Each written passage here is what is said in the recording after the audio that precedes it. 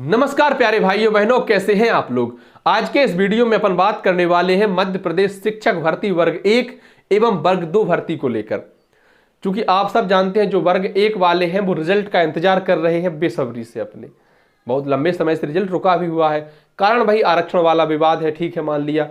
12 फरवरी को ईएसबी ने अपनी ऑफिशियल वेबसाइट पर एक शुद्धि पत्र डाला और उन्होंने कहा कि रिजल्ट जल्दी जारी किया जाएगा। वही पुराने फॉर्मूले पर 87-13-13 वाला 87% पदों पर रिजल्ट जारी किया जाएगा।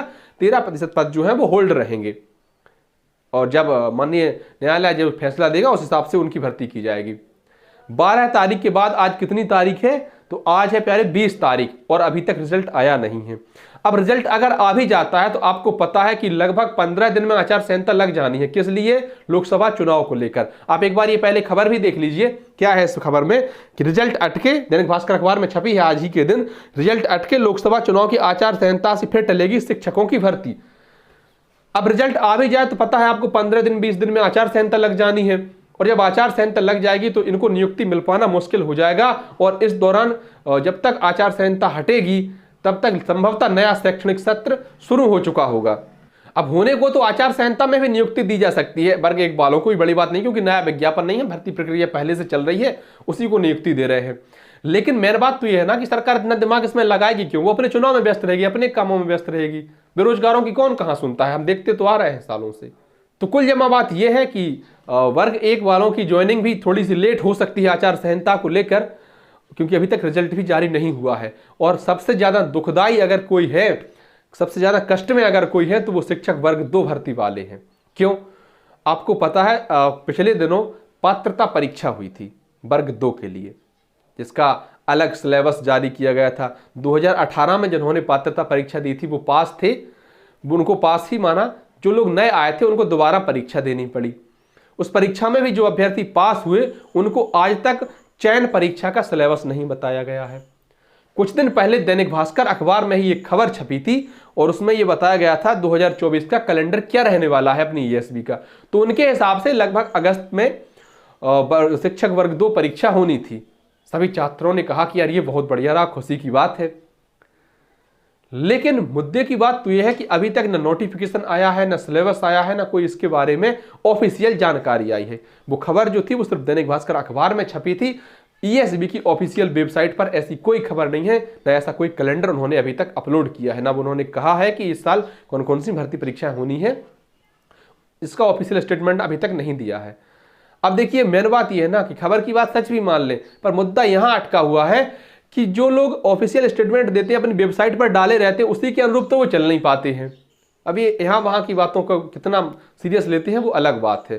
तो जब ये कहा जा रहा है कि अगस्त में शिक्षक वर्ग 2 चयन परीक्षा होनी है, शिक्षक वर्ग 2 मुख्य परीक्षा होनी है, तो क्यों ना उसका सिलेबस अभी से जारी कर दिया जाए ताकि अभ्यर्थी जो है अपनी तैयारी बेहतर तरीके से शुरू कर दें और सिलेबस के अनुरूप पढ़ना शुरू कर दें। आज की इस खबर को भी पढ़ लेते हैं, इसका भी विश्लेषण करते हैं इसमें क्या है। तो हेडलाइन हमने पढ़ी है कि रिजल्ट अटके लोकसभा चुनाव की आचार संहिता से फिर टलेगी शिक्षकों की भर्ती। देखिए उम्मीदवार परेशान, 34,800 पदों पर की जानी है भर्ती। एजुकेशन रिपोर्टर भोपाल, दैनिक भास्कर की यह खबर है। प्रदेश के स्कूलों में परीक्षाओं का दौर चल रहा है। नया शिक्षा सत्र शुरू होने में लगभग 4 महीने शेष हैं। इसमें पहले आम चुनाव की आचार संहिता लागू होगी।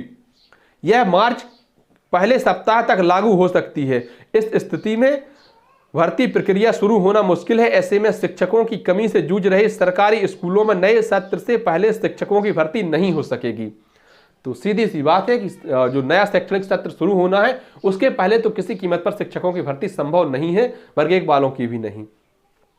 क्योंकि जब रिजल्ट आ जाएगा उसके बाद फिर डॉक्यूमेंट्स वेरिफिकेशन होगा, तत्पश्चात ज्वाइनिंग दी जाएगी, तो उसमें भी बहुत लंबा समय लगता है। कैसा भी कम लगे तो महीना 1.5 महीना तो आराम से लग ही जाता है। रिजल्ट आने के बाद ज्वाइनिंग में 1-2 महीने बड़े आराम से लग जाते हैं। आप भी जानते हैं, हम भी जानते हैं इतनी बात। तो उच्च माध्यमिक शिक्षक भर्ती के लिए सिलेक्शन टेस्ट 2023 का रिजल्ट मध्य प्रदेश कर्मचारी मंडल के स्तर पर अटका है। इसके अलावा माध्यमिक शिक्षक पात्रता परीक्षा 2023 वजह आरक्षण विवाद है।